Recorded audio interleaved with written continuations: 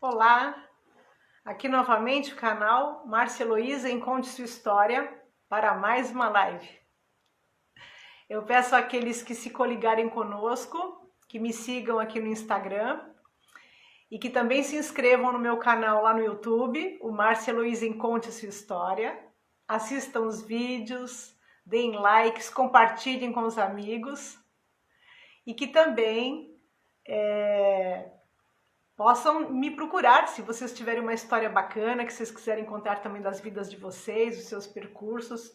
Eu estou aberta para que a gente possa entrar em contato e ver a possibilidade da gente poder marcar uma live também. Eu tenho contatado muitas pessoas e fico muito feliz quando elas aceitam. Quando elas não aceitam, respeito, eu entendo, né? Porque cada pessoa tem muitas vezes suas dificuldades pessoais ou não está no momento que queira, né? Mas eu fico muito feliz quando alguém aceita, porque é um prazer poder contar as histórias de pessoas tão maravilhosas que eu conheci ao longo da vida e que eu acompanho pelo Facebook, pelo Instagram e vejo como elas estão produzindo e sendo felizes nas escolhas que fizeram para as suas profissões.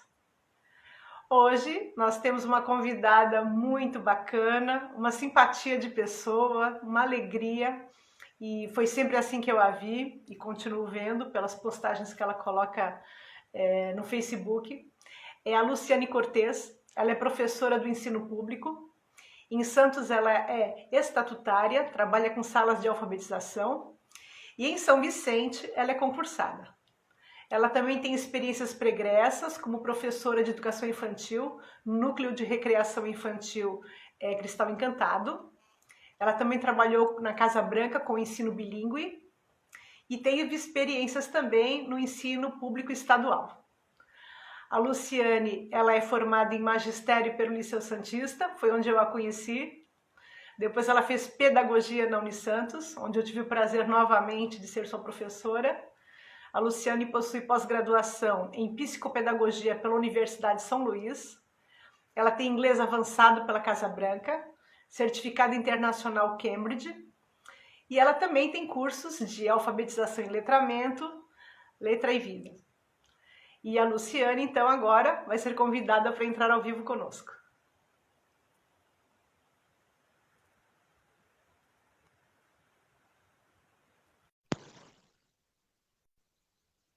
Pronto, a Lu já está convidada. Lu já está convidada e já entrou. Luciane, que prazer. Oi, Márcia, tá me ouvindo? Agora sim. Ah, que bom! Que maravilha. Nossa, quero agradecer muito você ter aceito o convite. Eu que agradeço. É uma honra poder estar com você, revê-la, minha professora, minha inspiração e inspiração de tantas meninas que eu vejo aqui nas lives, eu acompanho. Eu vejo que você entra muitas vezes, então você tem sido um grande apoio para mim.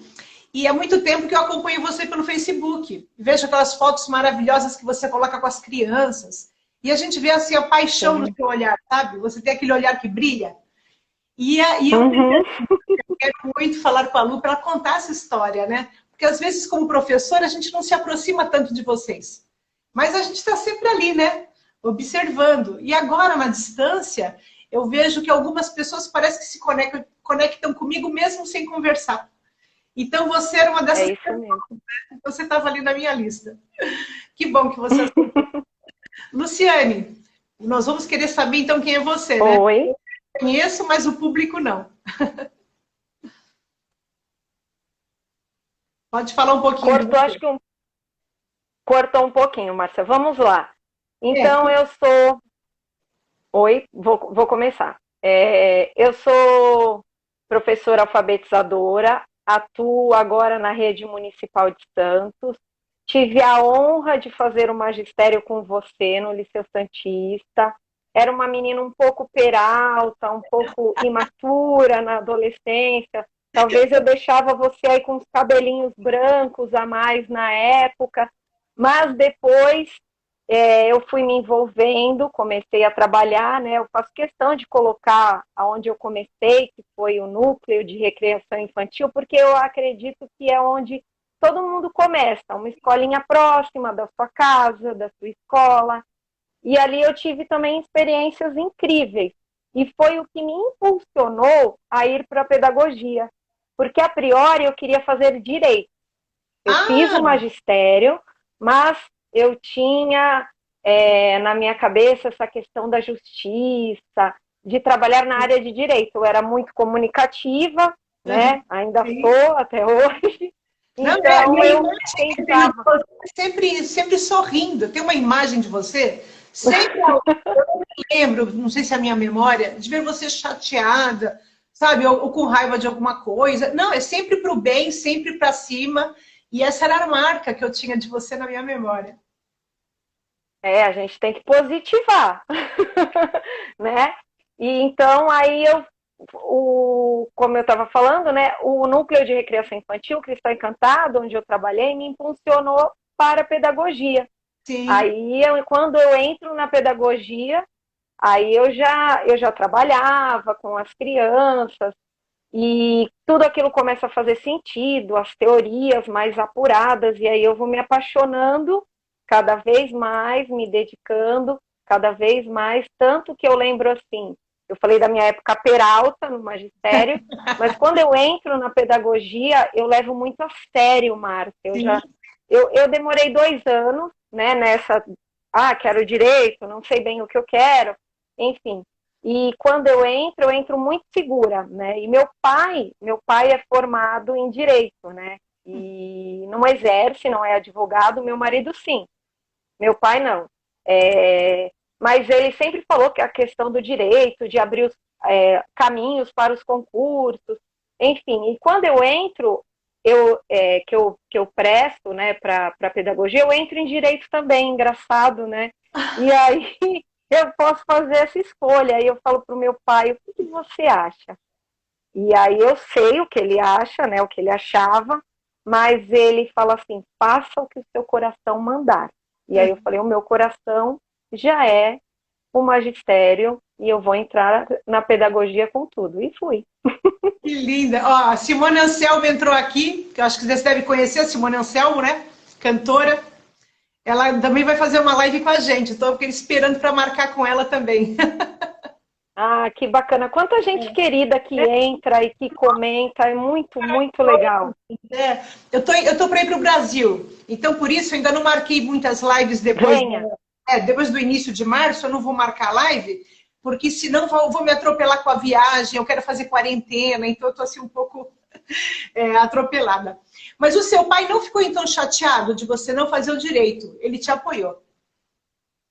De maneira alguma. E hoje eu sou um orgulho dele, ele fala com muito orgulho de ser professor. O meu pai é muito leitor, lê muito jornal. Meu pai é aquele senhorzinho de óculos que lê jornal até hoje, folhei, tudo que ele recorta, tudo que ele vê sobre educação, ele traz, Que sobre bacana. crianças, tudo ele me impulsiona aí. Muito bacana mesmo. Então, pai parceirão. Parceirão. E Lu, fala para mim, quando você é jovenzinha ali, vai fazer o magistério no liceu, por que você foi para o magistério? Você era daquela menina que brincava de ensinar, brincava com as bonequinhas? Ou não? É porque no magistério tinha essa opção no liceu e as meninas iam. Tem as duas coisas. Eu sempre gostei muito de criança. Eu sei que isso aí é uma coisa que a gente fala, não vem com essa que você gosta de criança para ser professor, né? Vamos mais além. Você sempre nos colocou isso, me remete muito à sua fala. Mas eu era essa pessoa que eu gostava das crianças e eu também, não sei por ser sorridente ou comunicativa, eu também verificava que era recíproco. As Sim, crianças também gostavam, né? sim. Mas a minha avó, né? Minha avó, ela teve grande parcela nessa escolha também, porque ela sempre achou muito bonita. Minha avó só tinha até a quarta série, Sim. mas a minha avó era encantada, assim, é, pelo magistério, por ser professora, e eu dividia muitas coisas da escola, eu lembro na minha infância, com a minha avó. Levava.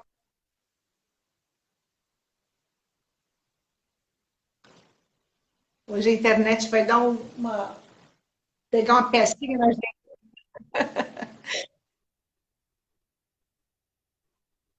Começou, como não tem tempo para recomeçar. Então, a minha avó me impulsionou Sim. nessa escolha do magistério. Uhum. E aí você acabou fazendo. É. Sim, acabei fazendo. Tinha a Tati, também a Tatiane Assunção, que era minha parceira, que a mãe é Sim. professora, e na 8ª série também ela me convidou não, falou, Lu, o que você acha? Eu falei, eu acho que sim, eu acho que é uma coisa que eu gostaria sim de fazer, de experimentar, e fui. Sim. É, eu sinto muita falta de não ter mais o curso magistério. Eu acho que era um curso maravilhoso. Sim, faz muita falta, né, Márcia, o magistério. Eu vi uma live esses dias, você comentando com uma das alunas, e elas, né, falaram isso. Eu também acho que faz muita falta o magistério. A gente vê que está mudando. Hoje a pedagogia está formando o professor, né? A pedagogia, de uma certa maneira, Sim, hoje, ela está fazendo o papel do magistério. E o sim, gestor e o orientador educacional praticamente estão sendo formados na pós-graduação. Então mudou um pouco o caráter, né? Mas é fundamental. Eu sim. acho que vocês tinham mais maturidade para lidar com as crianças. Nesse ponto, eu acho Sim, que eu era. lembro da nossa camiseta, não sei se você lembra, somos seres em extinção, né? Que isso vem se repetindo até hoje nos cursos de pedagogia, e lá no magistério, há 20 anos atrás, nós já tínhamos essa visão, porque a nossa sala sempre uma sala reduzida, né? Do magistério, poucas alunas, enfim. O que você viu de diferença quando você foi para o magistério e depois foi para a pedagogia? A pedagogia complementou, aprofundou, faltou, ou o magistério era tão bom que a pedagogia foi um repeteco? Não, de maneira alguma. A pedagogia, eu acho que ela fez tudo isso que você falou de forma positiva. Ela aprofundou, ela impulsionou, ela, ela deu um embasamento teórico e na a prática que nós já tínhamos no magistério, e muitas de nós já trabalhávamos, né, fazíamos a pedagogia à noite e trabalhávamos, a gente conseguia vivenciar essas práticas. Então, eu acho que a pedagogia, essas teorias, né? Essas teorias na prática. Então, a pedagogia foi maravilhosa, assim. E você, Me fez crescer é, muito, muito, muito. você fez a orientação educacional, a administração, quais as habilitações que você fez? Fiz docência, todo mundo me pergunta, mas por que você fez docência, Luciane? Se você já tinha um magistério, fiz Sim. docência e administração, foram minhas duas opções. Porque eu amo ser docente, eu amo dar aula, isso está enraizado. E quando eu vou e faço com a professora Meneguin, me chamava de Cortês. Cortês, eu lembro muito, muito dela, da imagem dela. E assim, aprendi coisas muito mais além. Sempre, né? O processo educativo é isso, né, Márcia? Sim, A sim. gente não pode parar. Tá aí você inquieta, já com seu canal, querendo. O professor tem isso, né? Verdade, a gente sente E, uma falta danada, né, da sala de aula, né? Eu e estava eu muito, optei pela docência. muito bacana isso. Eu também estava muito cansada de trabalhar, porque eu comecei a trabalhar com 14 anos, com 16 realmente, aí não parei mais.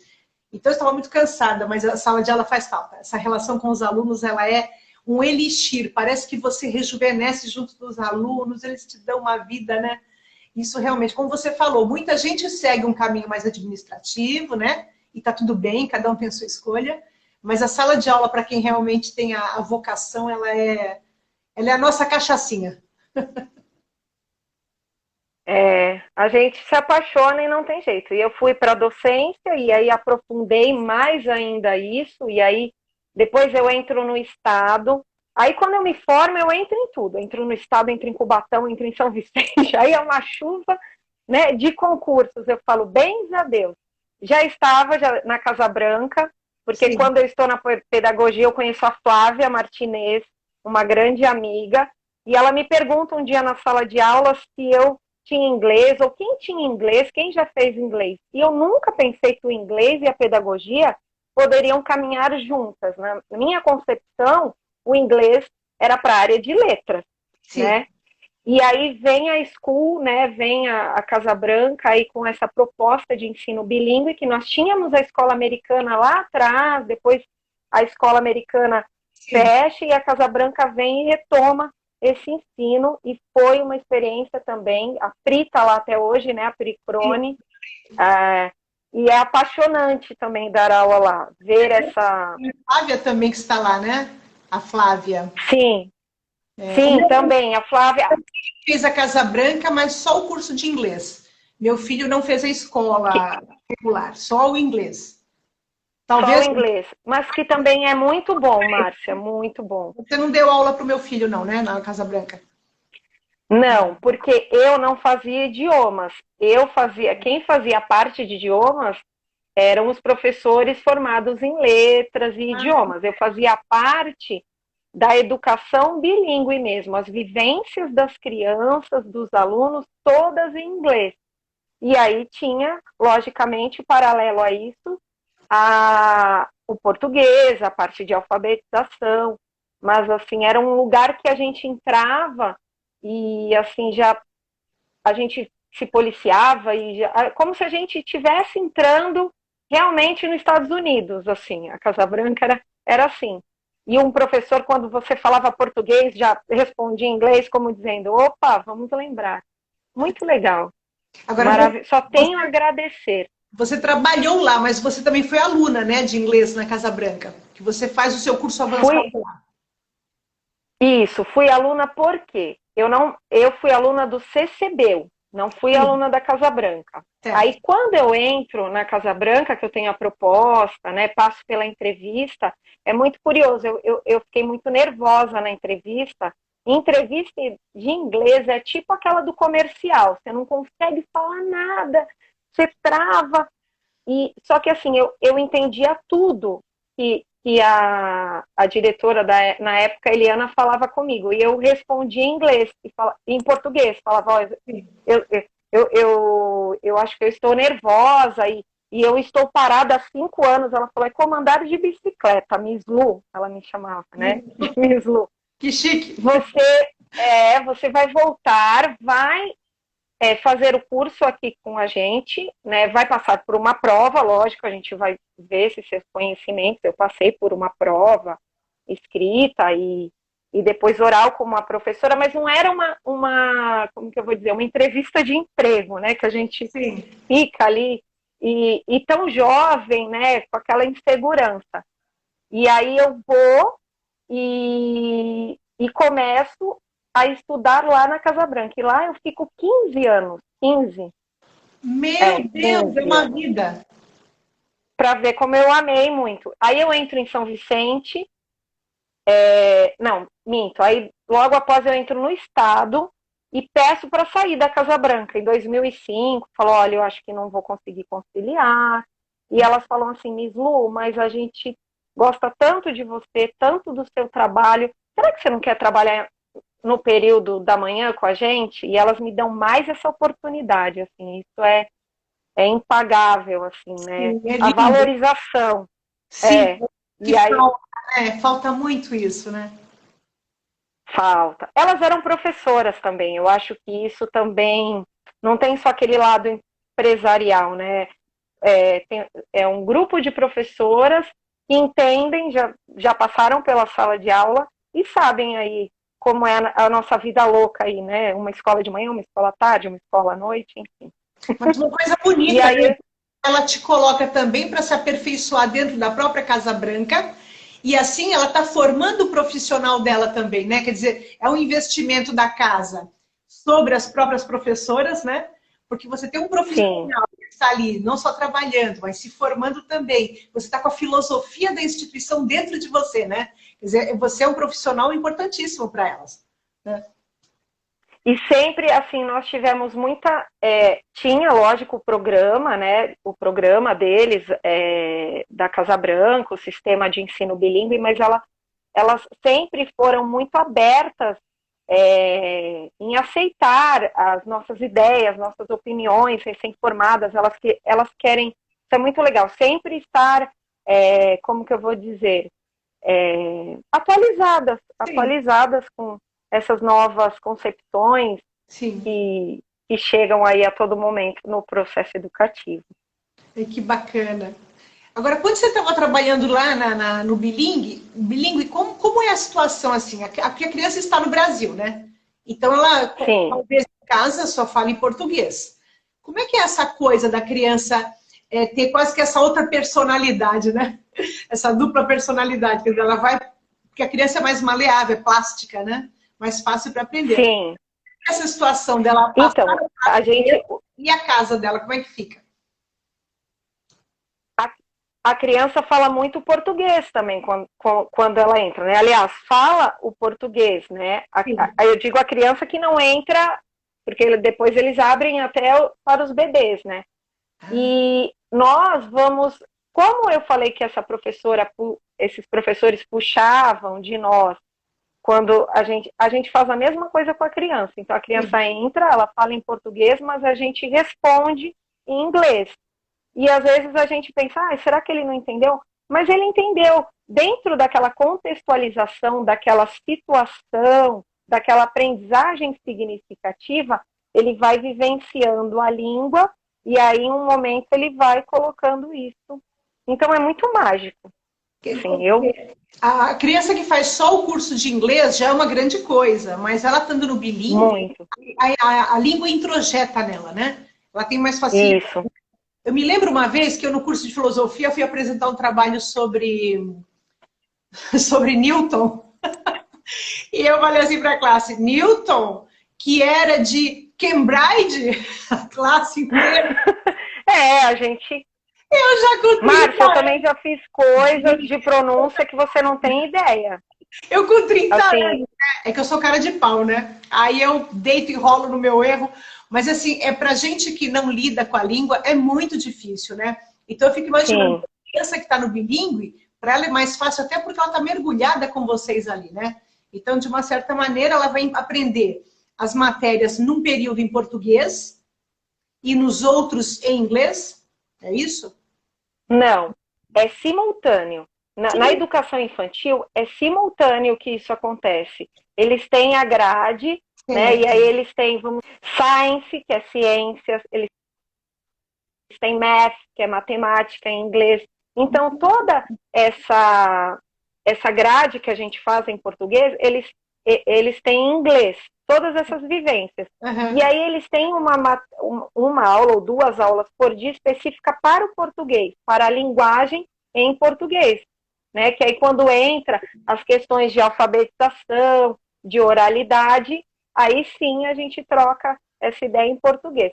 Mas, claro, a gente tá tratando com crianças certas situações onde a criança está insegura, a gente, né, ainda mais na educação infantil, Sim. chora porque a mãe não entrou, ou porque está com saudade de casa, ou está passando por um problema, você não vai ficar falando inglês com a criança e a criança fazendo aquela carinha de paisagem. Então, aí a gente tem esse cuidado também de, né, receber isso e responder em português.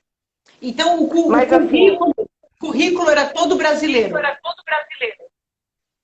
sim, é assim, o material não.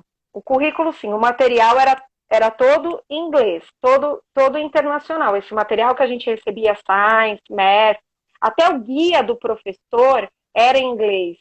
E isso, assim, norteava bastante o professor, porque mesmo você não dominando ali, o que eu vou fazer nessa aula? As habilidades e as estratégias vinham até como você colocar.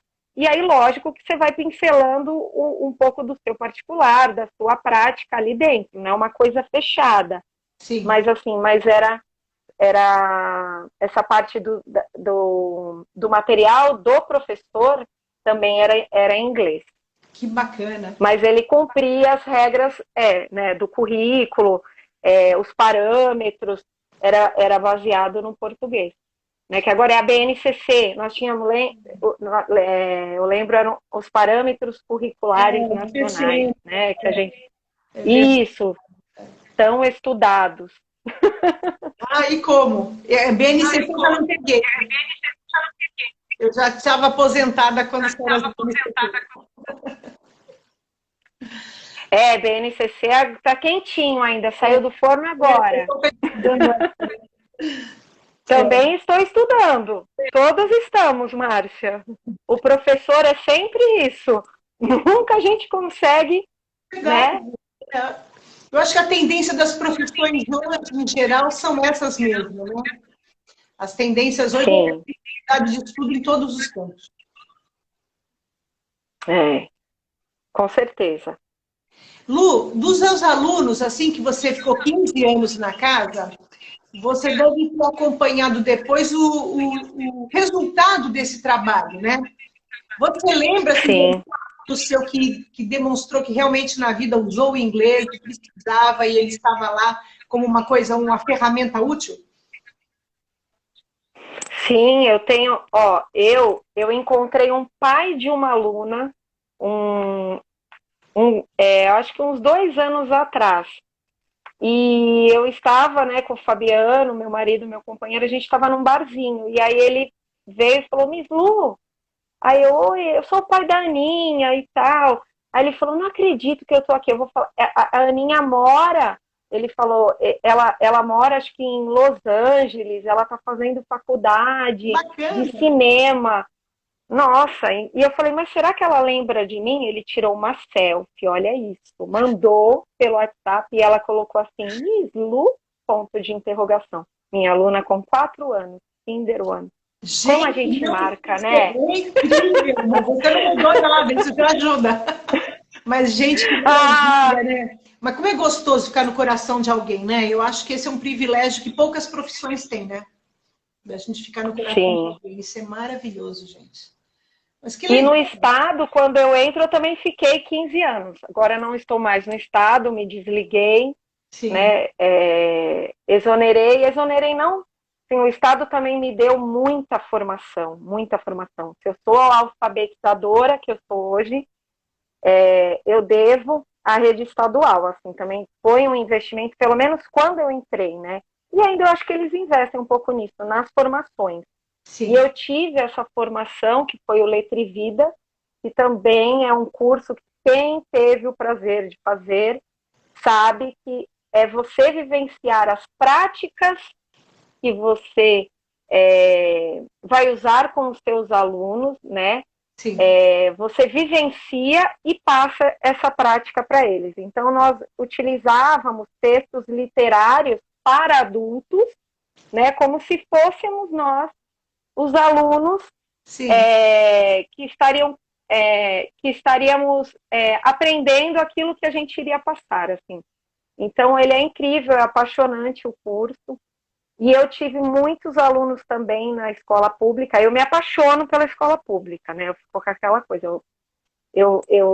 A escola pública, o pessoal vem e fala, mas o colégio público, eu já sou aquela que não tem nada disso do colégio público. O colégio público tem excelentes profissionais, sim.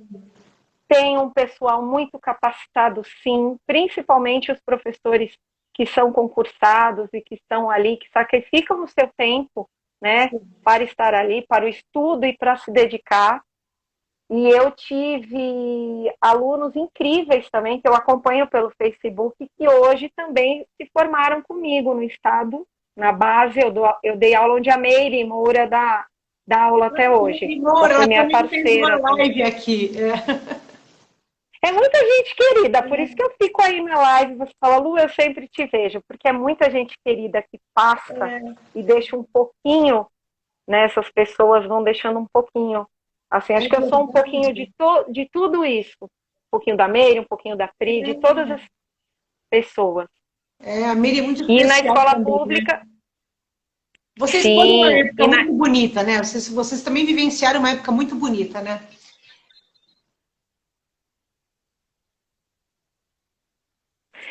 E eu, Márcio, o que eu ia falar é que eu tenho alunos que eu vejo e revejo, né, no Face, no Insta, e eu tive uma aluna, uma vez, perto do Dia dos Professores, lá da base, né, do Marechal do Ar, que ela falou, professora Lu, eu gostaria de fazer uma entrevista com a senhora, olha, com a senhora, eu senhora, nessa época, você sempre foi aquela pessoa que a gente quis estar do lado, sempre muito carinhosa, sempre muito gentil, e hoje eu estou no curso de pedagogia e eu tenho um trabalho que eu tenho que entrevistar uma professora que me inspirou.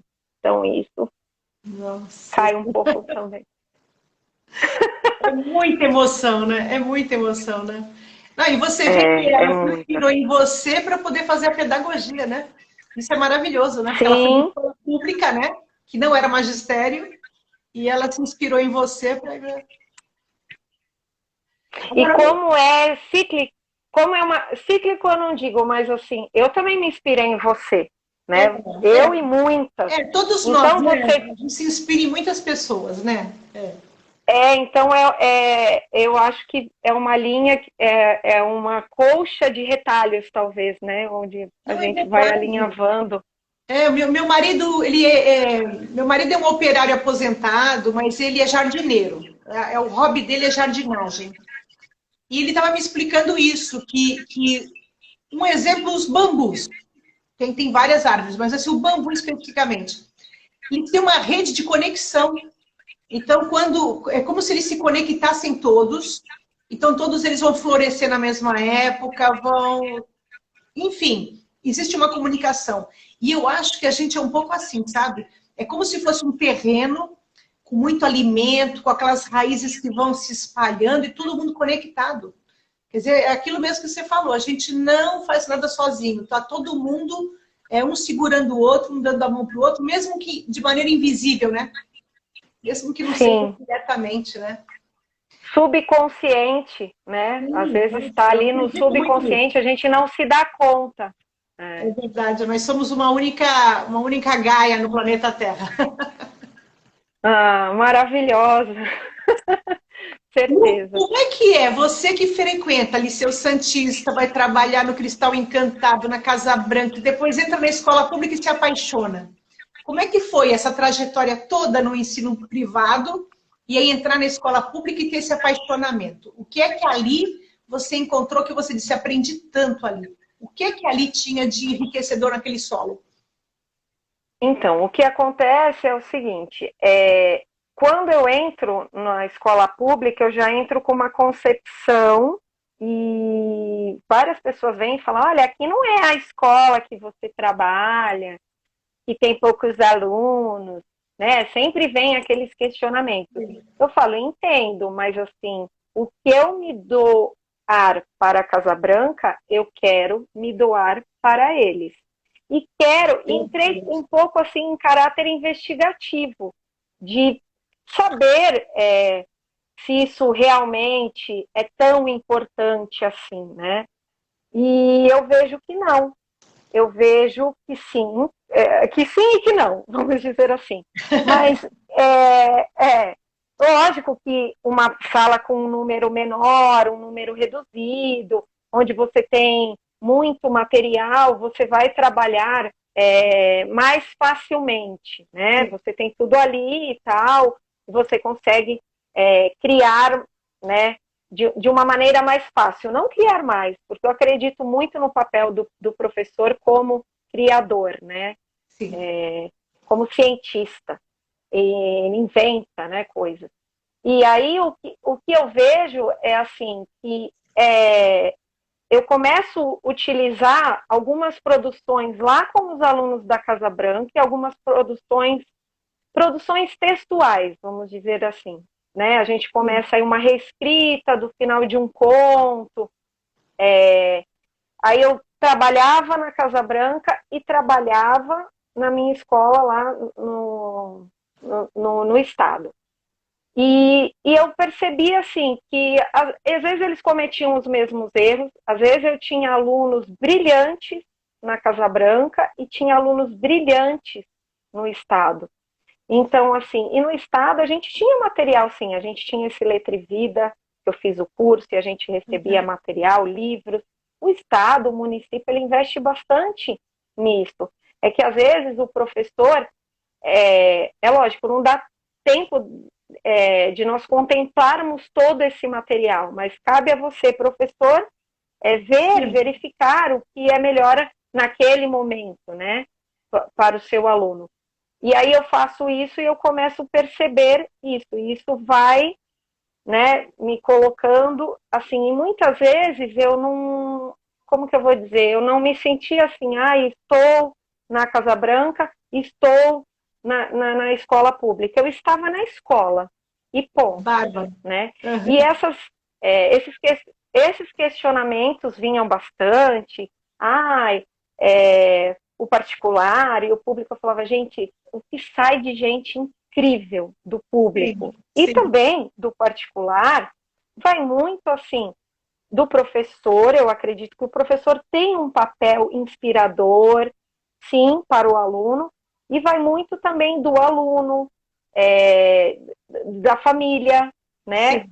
Às vezes a gente fala, na escola pública as famílias não são tão presentes, mas às vezes no particular nem todas as famílias são presentes. Verdade. Os pais também têm as suas prioridades, né? Sim. Então, aí eu começo a me apaixonar, e aí em 2011, quando, um ano muito triste que eu perdi minha mãe, né? Eu presto outro concurso para Santos. Só que aí eu nem passo tão bem colocada assim, né? Eu passo lá atrás e falo, tô lá no fim da lista, mas estou super bem, estou amando o que faço, na Casa Branca e no estado. Aí em 2015, eu sou promovida pela Prefeitura de Santos. E aí as amigas, colegas da prefeitura, que não são poucas aí do nosso tempo da pedagogia, começam, Lu, você entrou em Santos, Lu, você tem que vir para cá, não sei o quê. E já acompanhava meu trabalho pelo Face, assim como você. E aí sim eu me desligo da Casa Branca e falo, olha, agradecida, saio daqui, só a única palavra que eu tenho é gratidão por todos os ensinamentos, por tudo que eu me tornei, mas estou indo para Santos. Sim. E aí fico com Santos e com o Estado. Mas ali, trabalhando tal. E aí em 2018 eu decido que assim, a gente vai chegando na fase dos 40, né? E aí a gente começa a repensar. Será que eu preciso trabalhar tanto assim? Eu acho que você já comentou isso uma vez também, Márcia. Será que eu posso também contemplar outras coisas? Será que eu preciso de tudo isso? E aí eu opto por ficar só em Santos, só na prefeitura. Tiro licença sem vencimento. Uhum. Você colocou para mim, quando eu fiz o teu currículo, o teu folheto de apresentação, eu coloquei ali estatutária em Santos e concursada em São Vicente. Então, São Vicente, quando você pediu mais ou menos para eu colocar a minha formação, as minhas experiências, São Vicente eu trabalhei 2 anos, mas eu trabalhei por contrato. Mas quando eu fui concursada lá 2 vezes, só que eu não vou para lá por causa da Casa Branca. Entendi. Eu já estava no estado e eu não conseguia me desligar. Casa Branca é uma coisa que me enraizou. Mas não era só isso, era a parte de...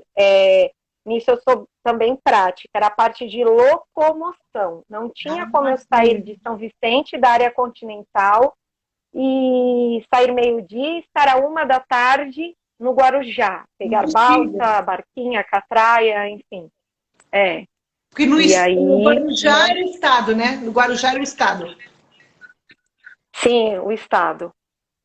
Qual é a diferença entre professor estatutário e concursado? Então, na verdade, o concursado ele é o estatutário, Márcia. O professor,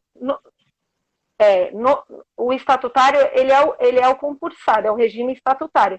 Aí tem Agora eu nem sei mais se aplica isso no município, eu não sei como está, mas tinham os contratados. O Estado ainda contrata.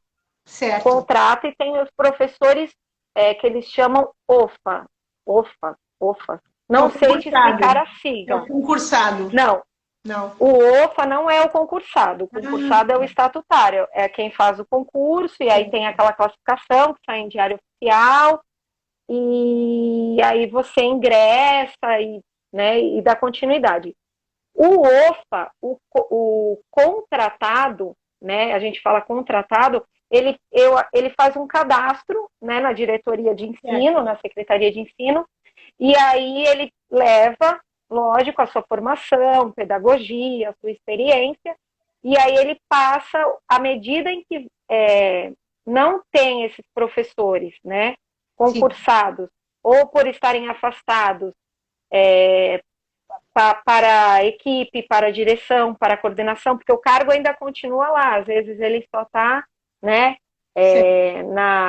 o cargo é professor, mas ele trabalha na função de coordenador, né? E aí sim esses professores são contratados, né? Entendi.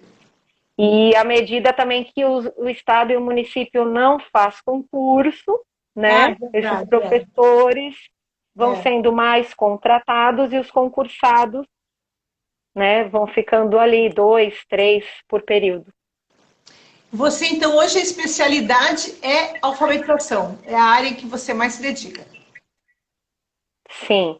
No começo, eu tinha medo da alfabetização, assim. Eu teria pavor de alfabetizar alguém. E assim, e aí vou falar, não numa sala pequena, mas numa sala com 35 no estado, eu falava, meu Deus, né? E aí eu falei, eu tinha opção, eu pegava os quintos anos, os quartos anos, não que não tínhamos crianças com dificuldades e defasagem, sempre tivemos. Mas assim, eu teria que resolver 3 ou 4 e o resto estava ali na continuidade.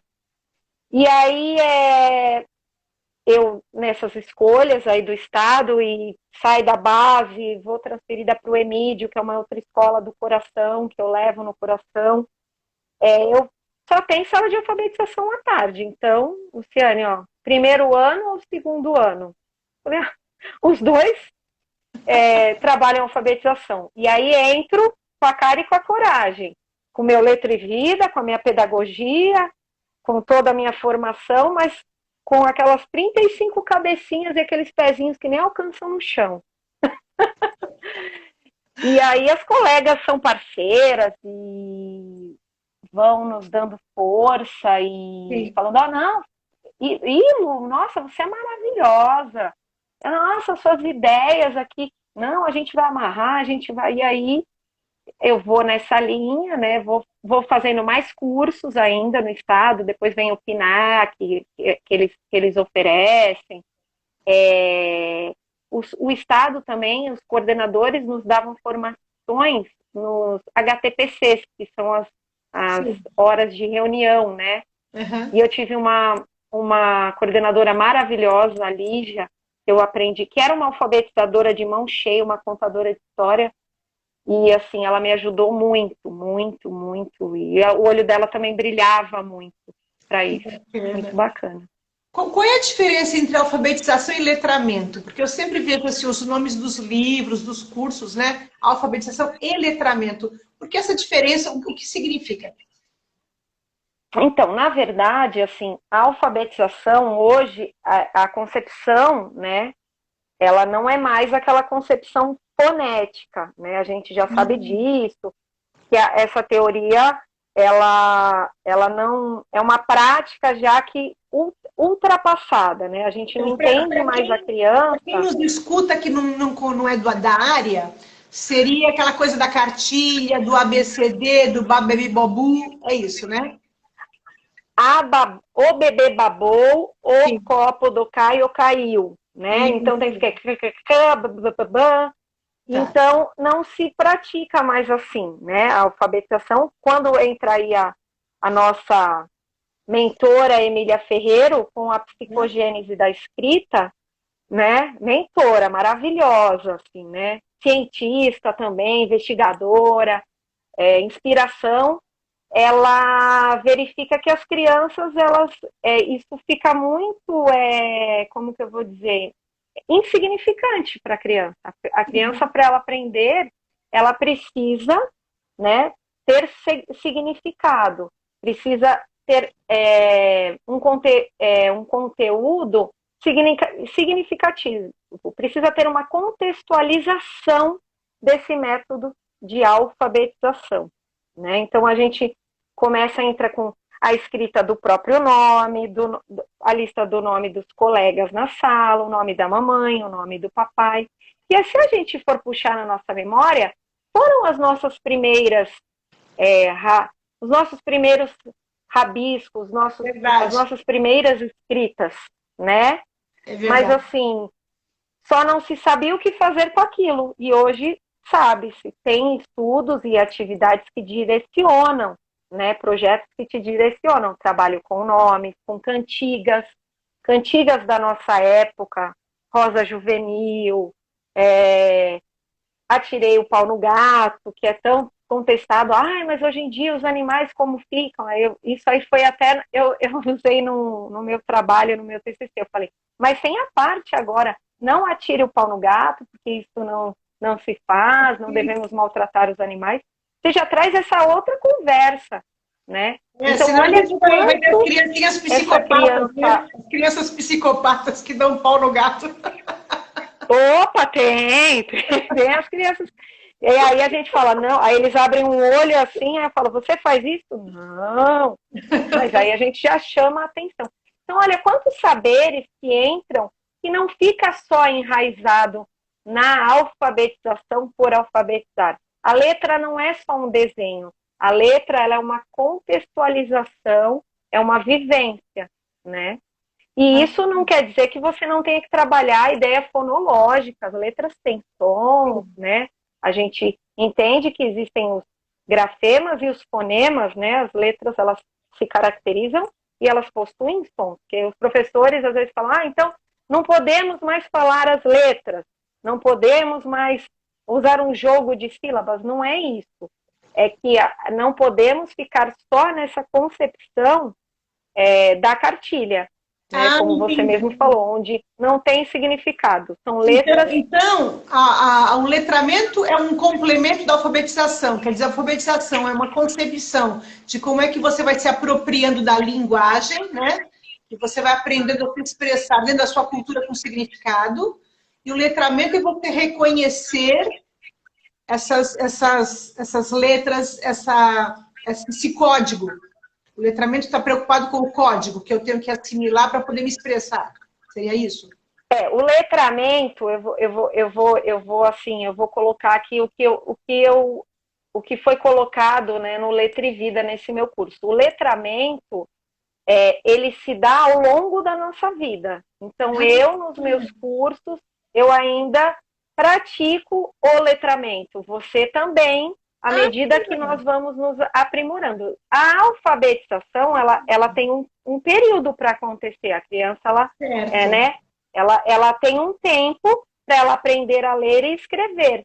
Ela não tem, lógico que tem alguns que, por alguma defasagem, por alguma causa, ele vai demorar um pouco mais que os outros, mas não ele tem um tempo para isso, né? Entendi. E a gente precisa cumprir isso, colocar isso em prática, né? Aí vem o Pacto Nacional da Alfabetização, onde estipula em qual série, até quando a gente fica nessas atividades focadas na alfabetização. Uhum. Entendi. Pois é, cada vez que eu aprendo uma palavra nova, que eu me expresso melhor na língua, esse é o letramento. Quer dizer, a alfabetização já passou o período, mas o letramento continua para sempre. Interessante. Sim. Interessante. Essa é a concepção, né, que nos foi passada. Assim, e eu acredito muito nisso. E acredito também nessa alfabetização, né? Não só eu, né? Eu acho que já a maioria dos professores, das colegas que estão aqui, sabem disso, da importância de se contextualizar, né, de dar significado para essa aprendizagem, né, para esse processo de alfabetização. Você já pegou na pedagogia essa nova concepção, né? Socioconstrutivista, que dá embasamento teórico, né? Para essa nova concepção de alfabetização. Mas você, quando começou a trabalhar lá no núcleo infantil, no início do seu trabalho, já havia na prática escolar? Ou vocês é que foram... Já? Ah. Não, já havia o construtivismo. Então, assim, era na época, quando eu comecei no núcleo, essas concepções, elas estavam sendo, como que eu vou dizer, não estudadas, mas elas estavam começando a serem colocadas em prática. Certo. Então, eu entrei na época do construtivismo, né? As escolas, a maioria das escolas, seguimos a linha construtivista. E muitos professores, eu lembro na época disso, se equivocavam também, né? Ou por falta de experiência, ou por falta da teoria, onde achava assim que o construtivismo, a criança está lá e ela está construindo conhecimento. Então você pega lá, você dá o lápis e ele vai construir da cabeça dele, os números, entendeu? E você vai ficar lá, o professor de bola, que delícia seria, né? Vamos lá, a criança, eu até dividi com a Lígia, que está aqui esses dias na live, a criança pega o livro, né, e tem as letrinhas, seria ótimo, e ela vai colocando assim, né, tudo do livro na cabeça. Foi um meme que eu vi, eu achei fantástico. Só que não. O professor, nesse papel construtivista, ele é muito mais atuante até do que o professor tradicional. Então, ele tem que ter todo um embasamento, Sim. Ele tem que ter todo um estudo, um planejamento, para saber como mediar essa construção do saber com o seu aluno. Sim. Né? Então, não é que ficou fácil, que lá antigamente... mas lá antigamente todo mundo lia. Todo mundo escrevia. Você sabe me dizer por quê, Marta? Eu acho que não. Você sabe. Não. Não? Não. Por que todo mundo lia?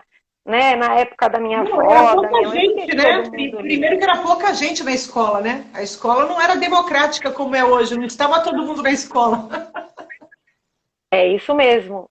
Não, a oportunidade não era para todos. Hoje o ensino... Né? A gente sabe que o ensino é para todos, ele é inclusivo, não importa o aluno que você tenha, a criança ela tem que estar, o aluno tem que estar dentro da escola. E antigamente não. Às vezes o cara não tinha nada, o cara era brilhante, ele só não tinha como que eu vou dizer, ele só não era conduzido da maneira certa para aquela aprendizagem. E aí ele era taxado de como?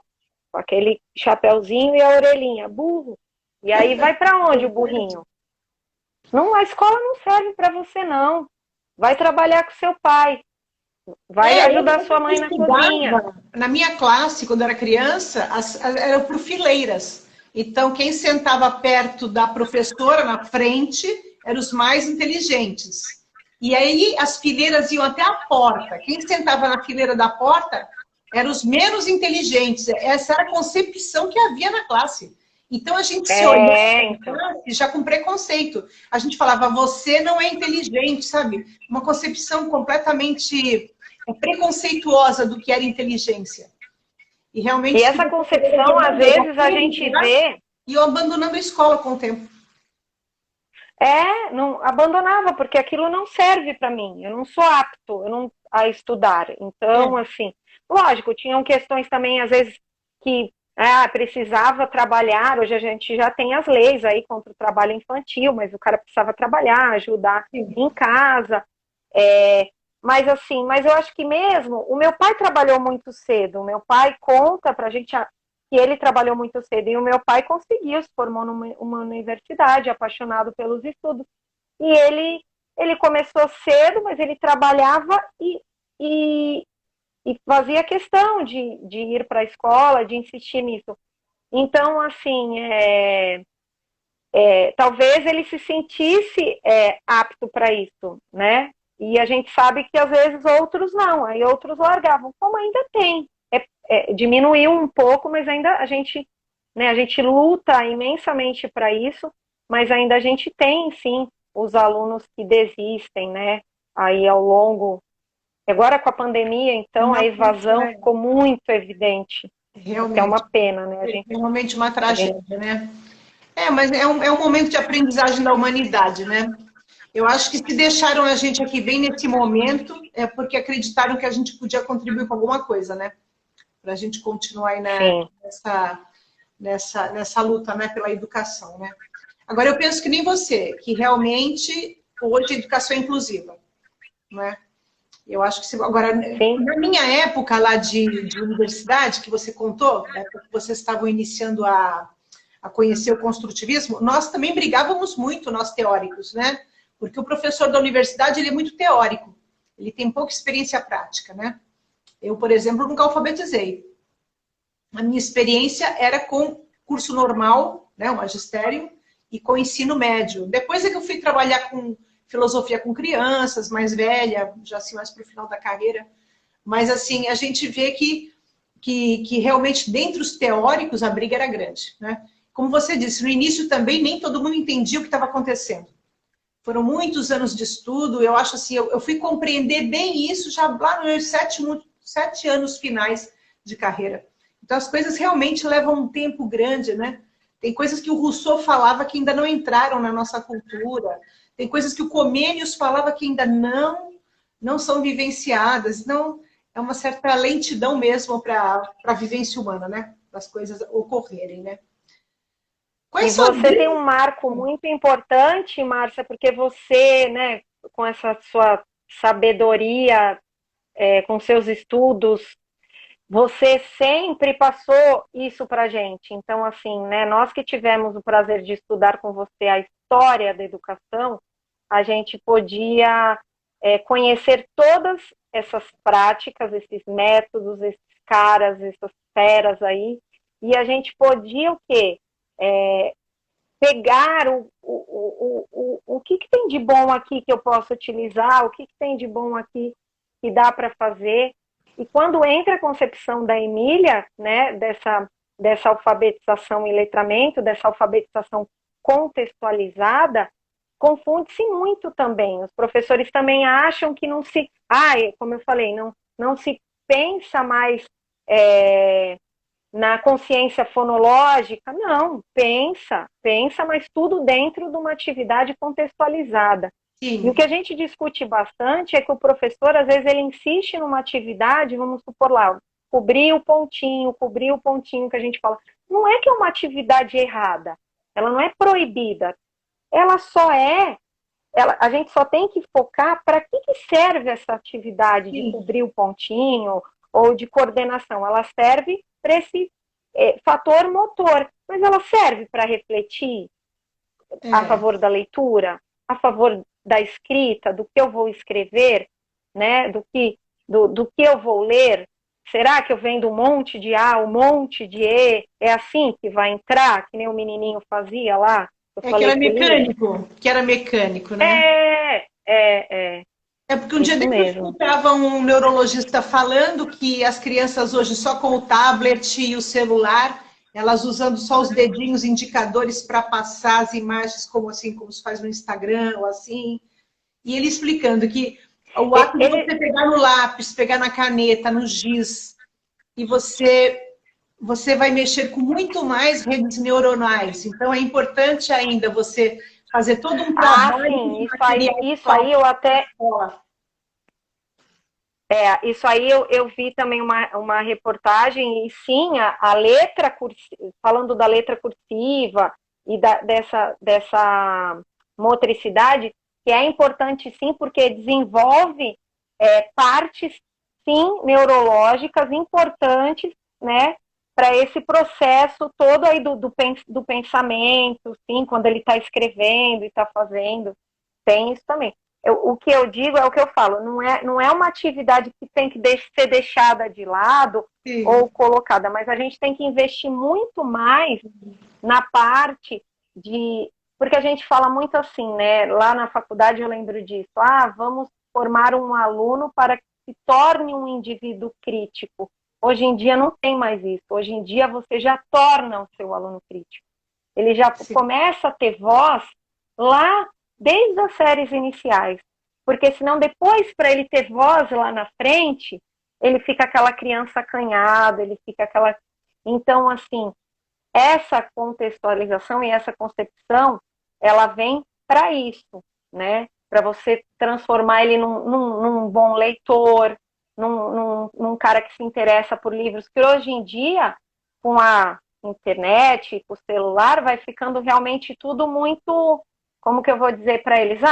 Não é tão imediato, não é tão colorido, não é tão dinâmico. E cabe a nós, professores, através dessa nossa prática de leituras, textos literários e toda essa bagagem que a gente sabe que o indivíduo não pode ficar sem, a gente colocar isso de uma forma que seja interessante para eles, que seja prazerosa e significativa. Olha, tem uma aluna minha, Nicole Alves entrou, Nicole do Andradas, beijo. Meu cunhado Flávio também, te amo. Também entrou. É live, né, Marta? Tem que fazer tiete.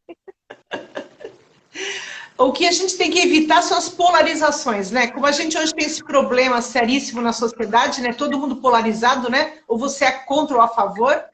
E aí, escutando você, eu penso, é o bom senso, né? É você, se você garantir a contextualização, a construção do significado, isso é que é o meu norte. E os instrumentos, eu vou usar o que for interessante, seja antigo, seja novo, seja o tablet ou seja o lápis, tudo é importante, não é? É ter o bom senso, tudo é né? importante. Não é ser excludente, né? É a gente poder incluir tudo dentro do contexto de significação. Isso foi até um estudo que eu falei lá atrás, foi um estudo que quando eu tive no Letra e Vida, eles estudaram exatamente isso, que assim, não existiam muitas reprovações antigamente, porque realmente era uma escola exclusiva. E agora com a inclusão não, tá todo mundo junto e misturado, né? E a gente tem que trabalhar com todos esses saberes diferenciados dentro de uma sala. Não colocar os melhores na frente, como você disse, os piores lá atrás, ou pior, colocar todos os piores numa sala juntos e colocarem os melhores na outra sala, né? A gente precisa, porque assim, os piores, às vezes, eles também podem ser tão bons e inspirar também os outros. É aquilo que a gente volta a falar, a contribuição de nós todos nesse ciclo. As inteligências são muito mais complexas, né? Antigamente a gente usava aqueles testes de QI, ficava limitado a um tipo só de raciocínio, né? Um tipo de inteligência, hoje não, né? Tudo isso mudou e melhorou. Eu vi uma live sua, eu acho que foi a penúltima, que eu não lembro o nome dela, Márcia, mas assim, eu assisti que ela fala ela é AEE, ela trabalha com educação inclusiva. É uma área também que eu sei. Era a Thalita, isso, eu acho que sim. Da Rede Passionista. Isso, ela mesma. E aí ela coloca a questão dos autistas, que eles são... Gente, eles são brilhantes, assim, sim, eles surpreendem demais. E a questão ela coloca também não só das síndromes, mas também do déficit de atenção, da hiperatividade. Hoje em dia, né, os estudos nos proporcionaram isso. Então, a gente faz o quê? A gente entende que a gente tem esse povo todo dentro da sala, né? Eu sou super hiperativa, já me considero. Quando a gente estuda, a gente começa a ver algumas coisas, assim, alguns traços. E aí a gente tem que dar conta disso. A gente não tem que dar conta. A gente tem que tornar possível a aprendizagem para eles. É só isso. Ninguém tem que que dar conta. Às vezes a gente cria essa responsabilidade. Ah, nós temos que dar conta, nós nos cobramos muito. Não, sejamos leves e sabemos e temos que saber o nosso papel, nosso, né, o nosso compete. Quais Acho são que é isso. as grandes dificuldades das crianças e quais são as grandes facilidades? Quer dizer, quando você está ali trabalhando com a alfabetização, onde é que é o nó, ali onde as crianças têm mais dificuldade, e o que é que para elas é muito fácil, que elas pegam rapidinho? Olha, então, eu acho assim, o que elas têm mais dificuldade, mas assim, eu não sei nem te explicar isso, porque como eu falo, cada um às vezes está numa hipótese ou num conhecimento, num nível de conhecimento, Sim, fica complicado. Mas assim, eu acho que ainda a gente fala muito isso nas formações. Ainda a dificuldade que eu vejo ainda com relação às séries iniciais é a questão da matemática. E sim. isso é uma coisa que assim já é cultural e estrutural. Porque, assim, Cultural, interessante. é, o professor, quando ele opta, às vezes, pelo magistério ou pela área da linguagem, né? Porque ele tem aptidão com aquilo. E aí, a matemática, para ele, às vezes, foi uma coisa que não souberam passar direito para ele. Então, ele já tem aquilo enraizado. Putz, eu não sou bom de matemática. Mas não é que você não é bom de matemática. É que talvez a forma mecânica como essa matemática foi passada, Sim. assim como foi para a alfabetização, para quem não gosta da linguagem e gosta dos números, talvez aí está o nó, está a grande dificuldade. E às vezes o Sim. professor, quando ele tem dificuldade para passar, quando isso não está muito claro, o aluno amarra, ele fica amarrado ali. A gente vê isso claramente. Eu noto assim, às vezes, quando eu vou a um mercado que ainda é pequenininho, que a pessoa, sabe, que agora tudo tem máquina, né?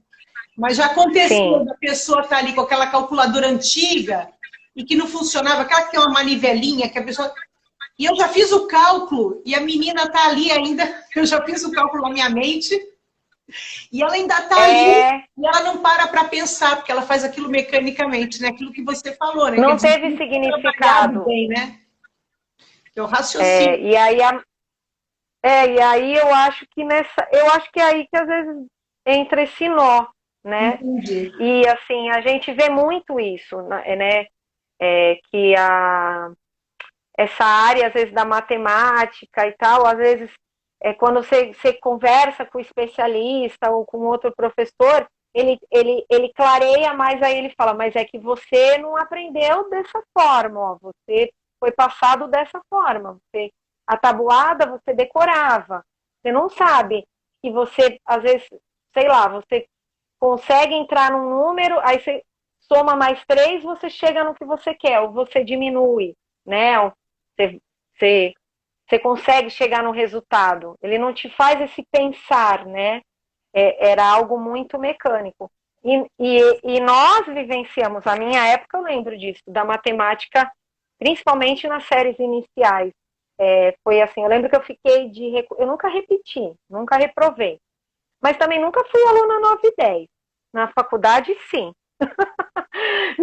Superei. Mas assim, eu lembro, e meu pai também nunca fez questão disso. Meu pai falava assim: olha, eu só exijo que você é, é, seja aprovada, entendeu? Que você se esforce para ser aprovada, porque você tem competência para.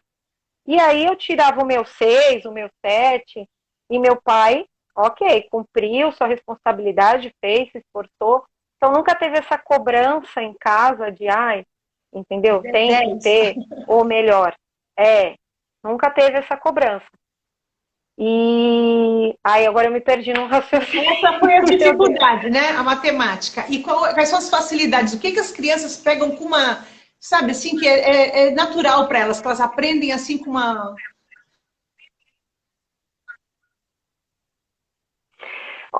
Com facilidade, o que elas aprendem? algo que elas já tenham conhecimento, os conhecimentos prévios, tá? Certo. Então nós pegamos talvez uma cantiga, algo que faça, algo que ela tenha interiorizado. Então vai ser mais prático para ela, né? Ela começar na leitura, ou na escrita, ou numa produção. A gente pega textos, às vezes, assim, que tem vários erros de ortografia com as crianças nas séries iniciais. A gente até pegou esses dias, eu e uma colega, uma atividade dessa, e quando você pede para a criança ler, a criança coloca toda uma questão de oralidade, de começo, de meio, de fim, uma estrutura de uma produção textual oral muito rica, né? Sim. E às vezes isso não é levado em conta. Então, talvez esse aluno que tem essa parte contextualizada, que tem esse professor que puxe isso, ele vai ser um aluno que vai ter muita facilidade para escrever, ou para falar como eu. Eu sou muito falante. Talvez os professores me permitiram isso. Você falou uma vez para mim, você falou, você é muito comunicativa, precisa melhorar. Aí pegou no meu pé a parte escrita, tal.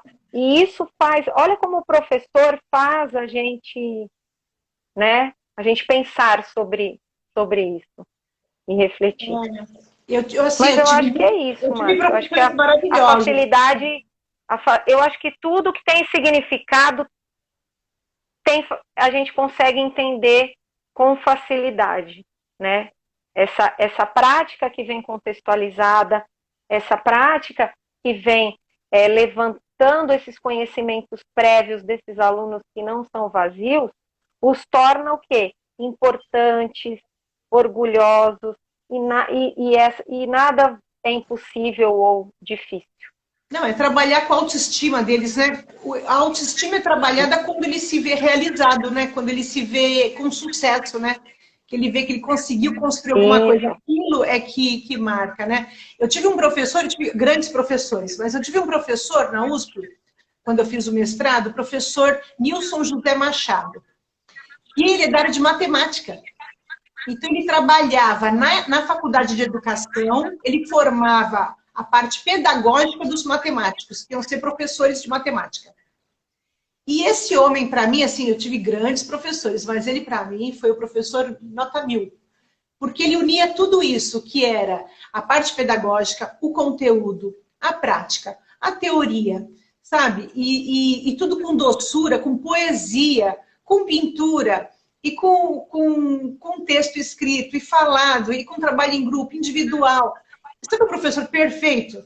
Então, assim, eu acredito nisso que você falou, quer dizer, se o professor permite que você seja, né, que ele te dá o apoio, então isso que você faz com os seus alunos, ele fez comigo, né, porque eu sou uma pessoa que sou muito insegura, tenho muitas, aquelas síndromes, né, do impostor, eu tenho a síndrome do impostor, eu sempre acho que alguém vai descobrir que eu sou uma impostora.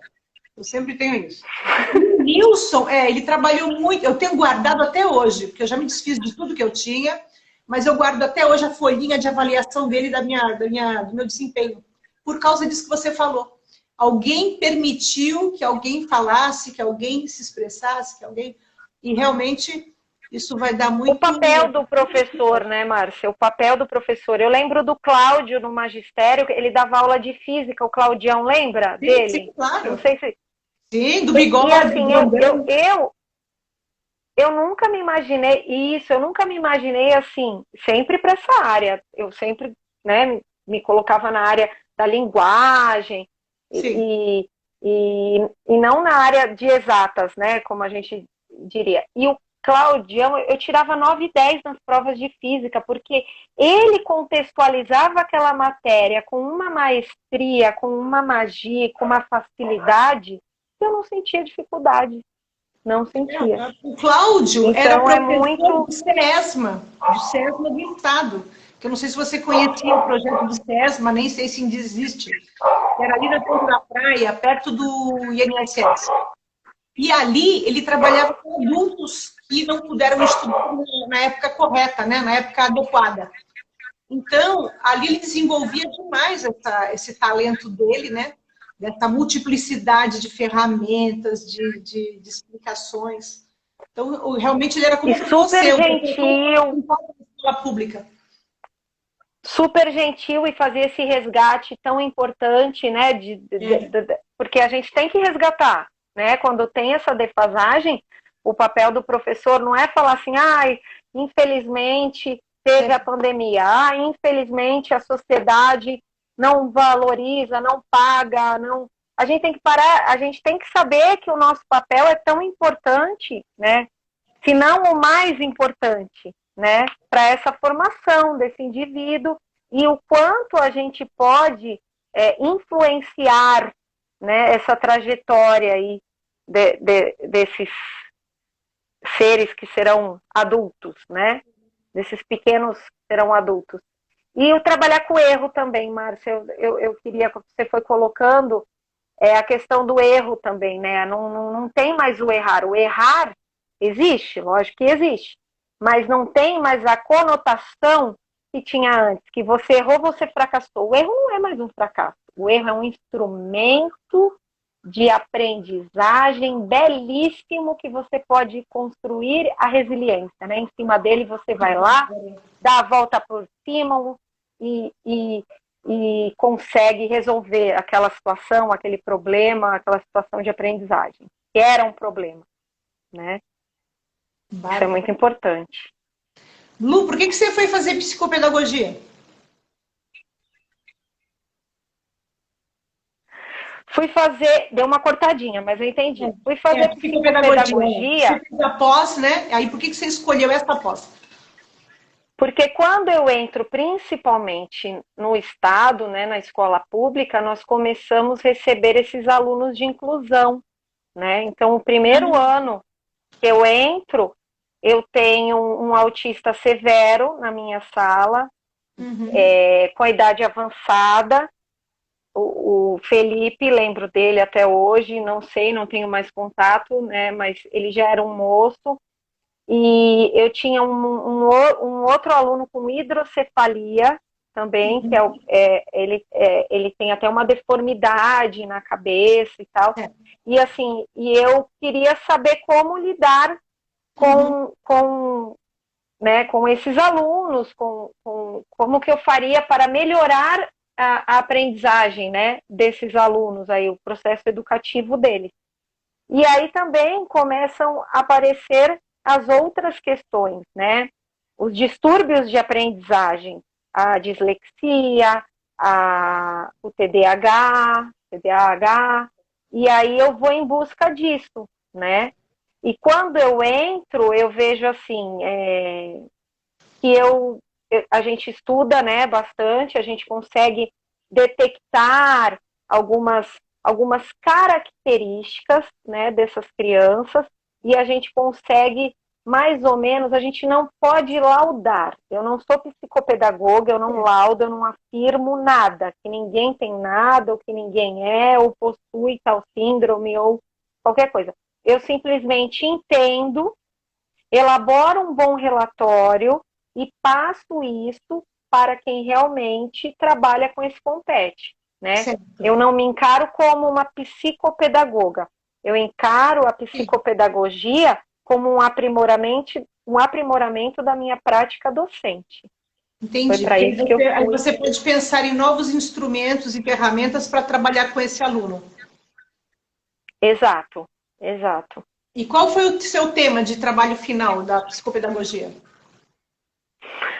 Da psicopedagogia foi a relação da família e da escola, né? O entrosamento, a importância dessa relação. Porque, assim, é lógico que não só para os alunos que possuem uma síndrome ou uma deficiência, né? A gente sabe que isso é para tudo, mas nessa questão também é muito importante, porque o pai, ele precisa, né, quando o professor sinaliza ou percebe algo e faz um encaminhamento, faz o laudo, o pai precisa entender, né? Ele precisa assumir. E muitos pais não querem escutar você. Eu lembro que, assim, eu tinha alguns alunos estudando e, né, quando eu cursava, que eu tentava pegar os pais para fazer a tal né, da anamnese ou da conversa Sim. e preparar esse território, né, que para eles é doloroso. Ah, é o meu filho, não, o meu filho não. O meu filho, né, muitos ainda têm essa resistência. E eles fugiam, Márcia, era engraçado. Eu não conseguia. Eu trabalhava no estado, numa escola onde os pais iam receber os alunos na sala. Eu não conseguia. Às vezes vinha a tia, às vezes vinha o vizinho, e aí a gente batalhava, eu ia na coordenadora, na diretora, a gente fazia aquela convocação, aí fazia um Sim. relatório muito bem estruturado das características e ia conversando que aquilo não é um problema, aquilo é uma característica que ele nasceu, seja uma deficiência ou seja uma síndrome. Não é um problema, é uma característica. E para nós podermos ajudá-lo da melhor forma, a gente precisa conduzir ele, né, pelos profissionais certos ou pelas atividades certas, né? Essa foi uma conversa que a gente teve com a Thalita também, no dia que a Thalita fez a live, porque ela dizia isso exatamente o que você está falando, né? Ela dizia, hoje o professor não pode mais ignorar que ele tem esses alunos, né? Quer dizer, teve uma época que a gente queria um especialista, cuida de quem tem alguma característica, que a gente chamava de problema, a gente nomeava de problema. E você colocou bem hoje que isso não é Sim, um sim. problema, é uma característica, né? Com a qual você tem que lidar. Então, às vezes, eu olhando vocês aqui nas lives, eu vejo assim que vocês são de uma maturidade, assim, uma amplitude, que eu acho que está muito além da concepção de pedagogia que a gente teve, entendeu? Acho assim, em tão pouco tempo, evoluiu muito, porque são questões que começaram a ser discutidas no final do século XIX, e eu acho que, assim, em menos de 20 anos, a coisa deu um salto. Assim, ouvindo vocês falar, a maturidade é muito grande com que vocês hoje lidam tudo. Parece que vocês estão realizando aqueles ideais que a gente falava tão bonitos na teoria, mas que na prática não existiam. E eu acho que vocês hoje estão, eu acho não, tenho certeza, vocês estão vivendo isso realmente. Sim.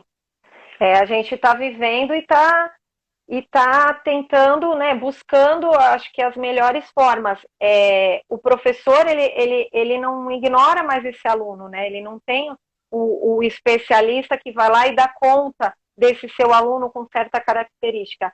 Você trabalha ali dentro da sala, você tem o pessoal do apoio, sim, né, que é, no caso da prefeitura nós temos o AEE, tem mediador, também tem o professor mediador, que às vezes o aluno precisa de Sim, alguém acompanhando, né? Dependendo dessa característica ou da própria deficiência dele, ele não consegue resolver certas situações que nós conseguimos, né? Não tem autonomia, né?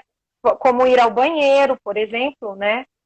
Então, assim, ele tem essa pessoa, mas ele é meu aluno, né? Ele não é aluno da especialista, ele não é aluno da mediadora, né? Ele é o meu aluno e eu, junto com essas parceiras, eu vou discutir. E eu não sou eu, professora, a dona da razão, não. Eu tenho que ter a humildade em sentar com essas parceiras e falar, e vocês, o que vocês perceberam? Ah, eu percebi isso, que ele faz assim. Ah, então, eu acho que eu queria dar essa atividade. E assim, a gente trabalhar é uma parceria, é trabalhar em sim. conjunto, né? E aí eu acho que dá certo, né? Quando você, eu vejo aqui, vejo aquelas fotos que você punha no Facebook, você com as crianças, você fazendo atividade junto com elas, dava uma impressão que você estava se divertindo muito. Assim, não era simplesmente, não é um trabalho, que a pessoa fala, ah, eu Eu vou me trabalhar. divirto horrores. E assim, e eles curtindo juntos também. Então, quais foram essas atividades assim tão animadoras que você fez com eles, tão envolventes, que te marcaram muito? Assim, atividades que você fez com eles que a alegria ultrapassava a questão profissional. Ali era uma questão humana mesmo, de estar curtindo, de estar vivendo. Tem alguma dessas que você podia contar pra gente? Tem, claro, ó, uma das que eu gosto muito, que eu trabalho, que quando tem eu vibro, é trabalhar com a música, porque eu sou apaixonada por música. Inclusive, quando eu começo a fazer o inglês, uma das questões eu sou muito musical, eu gostava muito das bandas, e aí é uma coisa assim que eu vou procurando, né, atrás disso.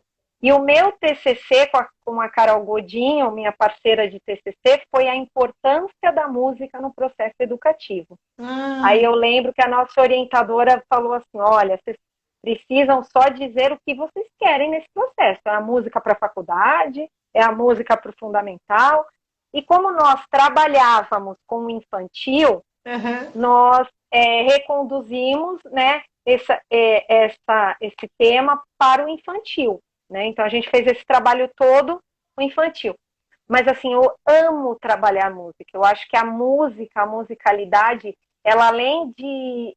eu penso, assim, além dela trabalhar com a energia, né, que a música traz uma energia, né, esse campo aí energético, ela te abre o ritmo e a facilidade, né, de você, talvez, conduzir uma atividade de ortografia. No ler e escrever, eu trabalhei a banda do Chico Buarque, por exemplo, na terceira série, né, o terceiro aninho que eu tinha. E aí a gente, lá escutando a música da banda, para ver a banda passar os vários tons dos S. Aí tinha passar com 2 S, tinha o C cedilha. Então as crianças, nós íamos cantando e curtindo a música, e ao mesmo momento circulando e destacando essas palavras com os vários tons de S. Assim fiz com o carinhoso também. Eu acho que a música é uma coisa assim que marca eles por demais e pode entrar aí como uma atividade facilitadora, como assim você faz, como você tinha falado anteriormente, e que é fácil para eles aprenderem. A música eu vejo que torna esse processo muito fácil. E não precisa ser a música que eles gostam, não. A gente pode ampliar esse repertório musical, assim como a gente amplia a leitura, né, que a gente não fica naquela leitura extrema, aquele livrinho fininho. Eles dão conta, sim, é só a gente conduzir da maneira correta. Que bacana. Você falou que quando foi para o inglês, você queria traduzir as letras das bandas que você gostava, foi uma das motivações. Que bandas travou um pouquinho. Tá me ouvindo, Márcia? Oi, tô ouvindo. A internet hoje não está ajudando muito.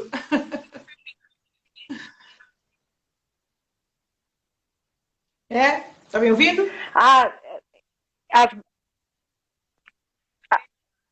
Tá. Ó, quando você foi fazer... as bandas que eu gostava? Sim, Olha, eu amava, a Lígia, nós amávamos o Axl Rose, Guns N' Roses era da nossa época. A gente era... A Tati que está aqui na live, a Tati foi baterista de uma banda. Não sabia.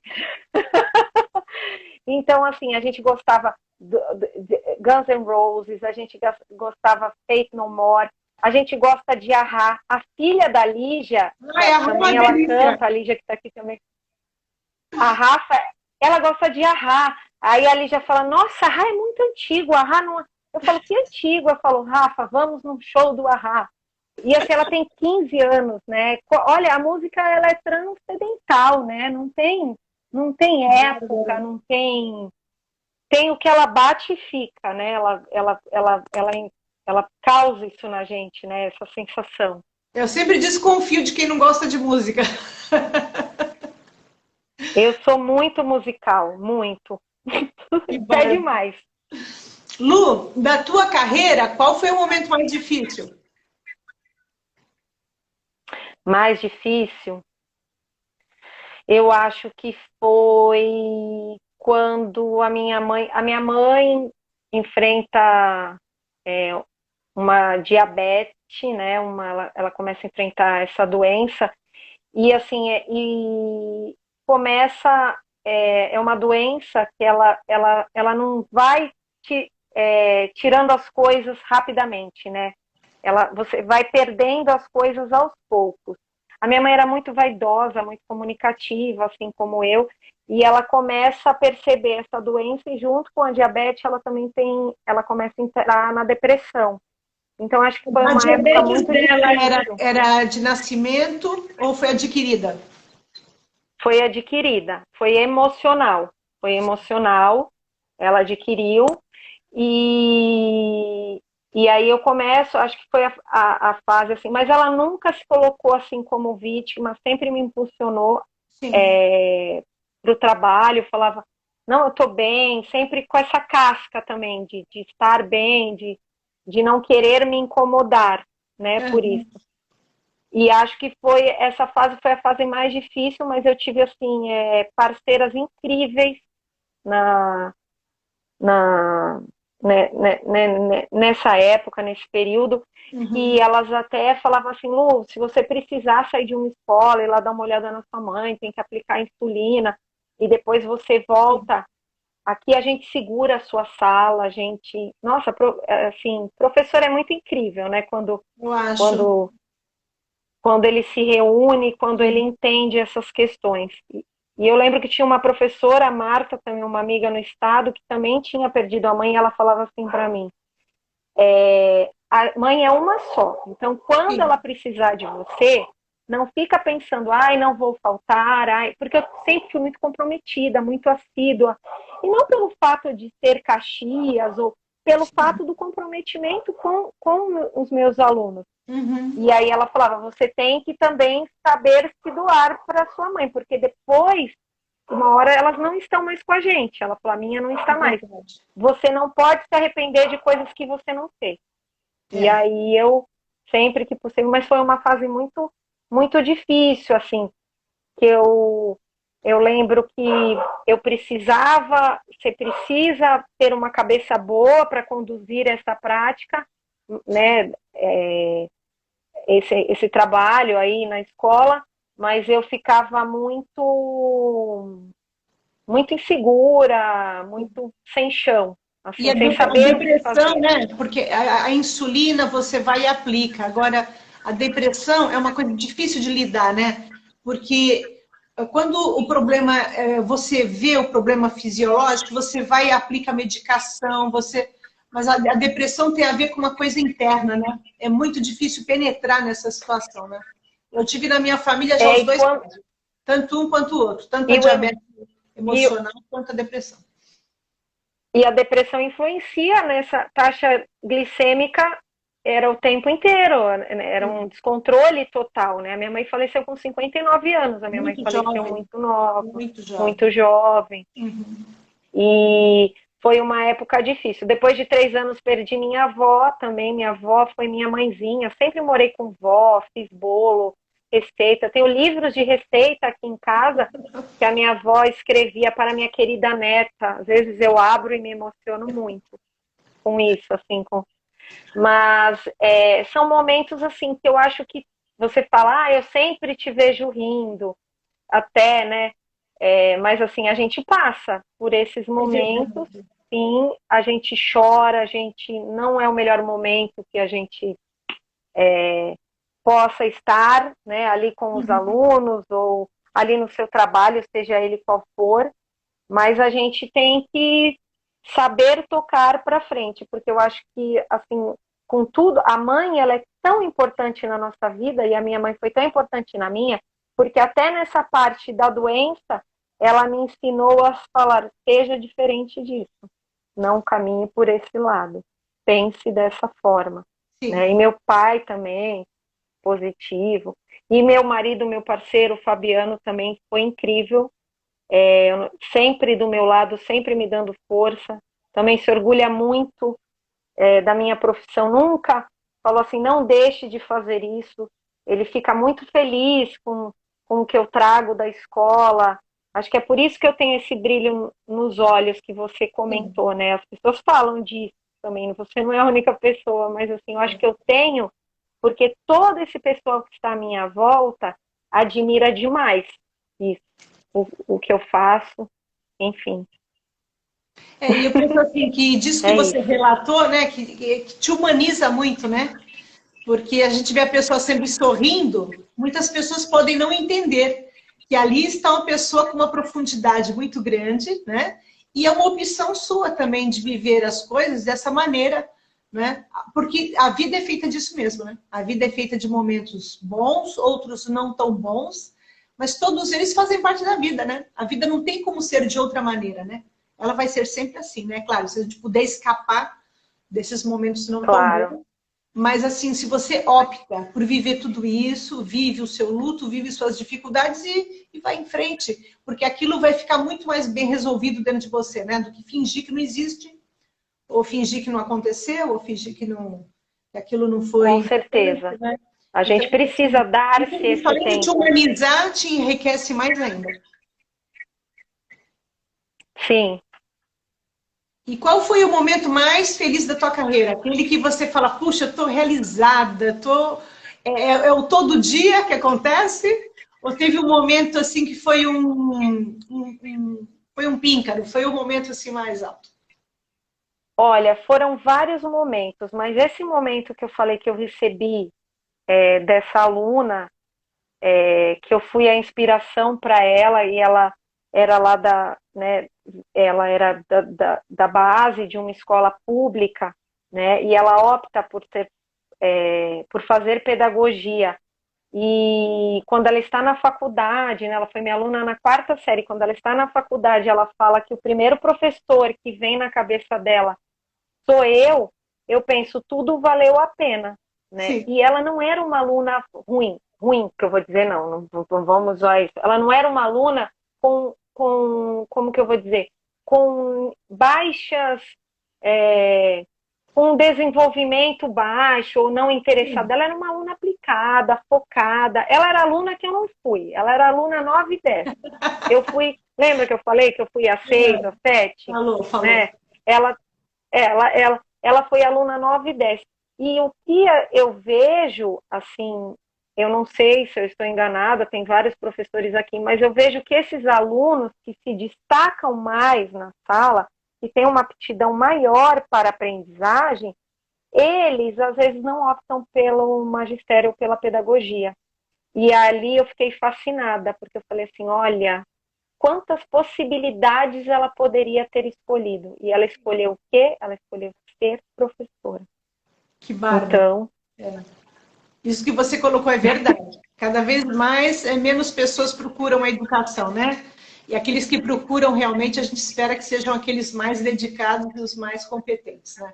Porque precisa de profissionais. é isso, a gente precisa isso, Mas não é a realidade, mas é a realidade que a gente precisa. e uma coisa que eu também percebi na vida, e esse foi um erro que eu cometi muitas vezes, é que o aluno que você às vezes não dá nada por ele, ele se torna brilhante. Eu tive um Sim, aluno que eu, eu cheguei para a mãe e disse, olha, se ele não se esforçar, é melhor a senhora trocar ele de escola, porque ele não passa esse ano. Isso eu falei em junho. A mãe, então, rapidamente tirou ele da escola, porque ela achou que ele não ia se esforçar para poder superar aquele ano. E ele simplesmente hoje na minha vida, não vou dizer, senão eu acabo identificando, mas ele é uma pessoa que cuida de mim hoje, entende? Assim, numa certa situação profissional. E ele é brilhante. E ele é fantástico. E eu morro de vergonha. Mas eu já falei isso para ele, porque um dia ele falou para mim, eu conheço você de algum lugar, eu conheço você de algum lugar. Eu sabia de onde era, né? Eu não falava nada. Aí um dia eu falei, não, tenho que ser sincera. E eu contei para ele. Eu falei para ele, porque eu disse para sua mãe que você, se continuasse daquele jeito, ia ser reprovado. Então ela trocou você de escola. E ele é muito maravilhoso, entendeu? É um profissional assim, nota 1000. E eu me entrego na mão excelente. dele tranquilamente, mas realmente os alunos são surpresas na nossa vida, né? E eu acho assim que, às vezes, mesmo alguém que vá para a educação, que não tem aquele brilhantismo inicial, às vezes constrói durante o curso, sabe? Ele vai se autodescobrindo e se revelando. Acontece muito isso. É muito, muito, a gente fica muito. Você falou sobre vaidade, eu vi também, você fez no seu canal. Eu até coloquei gratidão, achei maravilhoso, que às vezes a gente também vai se envaidecendo e vai se perdendo um pouco. Então, a gente sempre precisa fazer essa autoavaliação. Opa, peraí, né? Vamos devagar. Será que eu não posso? Como eu falei das parcerias, será que eu não posso aceitar mais a opinião? E os alunos mais, como que eu vou dizer assim, com as características, e os alunos que nos deixam mais de cabelo em pé, mais desafiadores, também sempre foram os alunos que eu mais me interessei. Porque eu sempre consegui enxergar neles isso, um potencial incrível, mas que talvez por algum motivo, alguma coisa, ele não...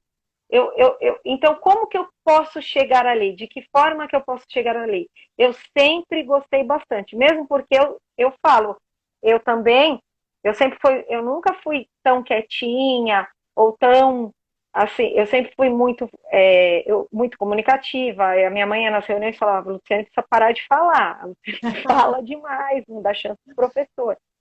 Então, assim, o meu irmão também, eu lembro que o meu irmão, na época, o meu irmão já era muito quieto, mas assim, o meu irmão teve alguns problemas de aprendizagem, porque os professores não enxergavam nele o potencial que ele tinha, né? E hoje em dia o meu irmão é muito bem resolvido, faz o que gosta, ele ama, ele é shaper, faz pranchas, ele se descobriu assim. Ele é muito inteligente, eu acho que ele é muito mais inteligente que eu, muito mais.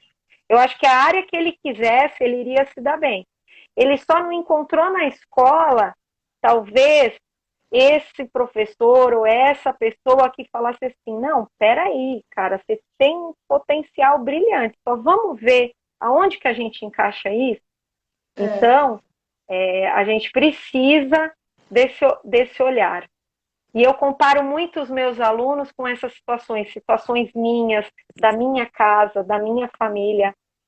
Eu me coloco sempre nesse lugar lá do outro lado, né? Eu acho que isso também cabe a nós aí para ter sucesso na nossa jornada. A Tati colocou ali que eu devia ter tido mais paciência com os alunos, e essa é verdade. E a Marineuza colocou que professores brilhantes formam alunos fascinantes, né? E eu tenho certeza que é o que você está fazendo, né? Você está sendo brilhante, formando alunos fascinantes. Lu, estamos chegando ao final da live. Esperemos que as nuvens preservem o nosso vídeo por muito tempo. E você quer deixar alguma mensagem para quem venha a escutá-la daqui a muitos anos à frente? Quer fechar a live com alguma ideia sua, alguma mensagem, alguma reflexão? Eu acho que a ideia é isso, o professor, o que a gente falou, o professor, eu acho que ele não pode parar, ele tem que entender que não existe mais a concepção de como você, professor, no seu pedestal, você vai ensinar aquele saber, aquele conteúdo. Não existe mais o como ensinar, e agora existe o como aprender, como esse meu aluno aprende, o que acontece aí nele, o que eu posso ajudar, né?